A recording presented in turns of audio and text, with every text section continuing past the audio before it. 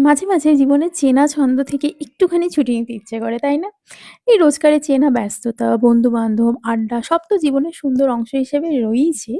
কিন্তু আজকে মনে হলো হঠাৎ যদি একটু নিজের মুখোমুখি বসা যায় তাহলে কেমন হয়? সত্যি বলতে আমি কিন্তু একা, একা এভাবে বাইরে বেরোতে একদমই অভ্যস্ত নই। বরং একা বেরোতে না আমার বেশ বোরিংই লাগতো। ফ্যামিলি, হাসব্যান্ড, বন্ধু-বান্ধব সবার সাথে তো কত জায়গাতেই যাওয়া হয়, আড্ডা হয়। সেগুলো তো জীবনের ভীষণ সুন্দর অংশ। কিন্তু আজ হঠাৎ মনে হলো রোজকার এই চেনা ছন্দের বাইরে গিয়ে একটু নিজের সাথে টাইম কাটালে কেমন হয়?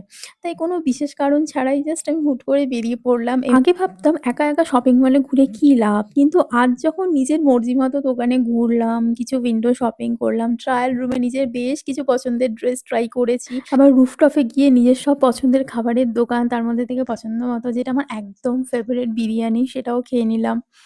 তো এই যে নিজের সাথে কাটানোর সময়, নিজের পছন্দগুলোকে নতুন করে চেনা, এর অনুভূতিটা কিন্তু সম্পূর্ণ আলাদা। সব মেয়েদের উদ্দেশ্যে শুধু এটুকুই বলব, সম্পর্ক, পরিবার, দায়িত্ব সবকিছুর বাইরেও তোমার একটা নিজস্ব আকাশ থাকা খুব দরকার। মাঝে, মাঝে নিজের জন্য একটা দিন বেছে নাও, নিজেকে ভালোবাসো, নিজের যত্ন নাও, নিজের পছন্দ মতো ড্রেস আপ করো, নিজের পছন্দ মতো খাবার খাও। কারণ যখন তুমি নিজের সঙ্গটা উপভোগ করতে পারবে না, দেখবে চারপাশের পৃথিবীটা আরো অনেক সুন্দর হয়ে গেছে।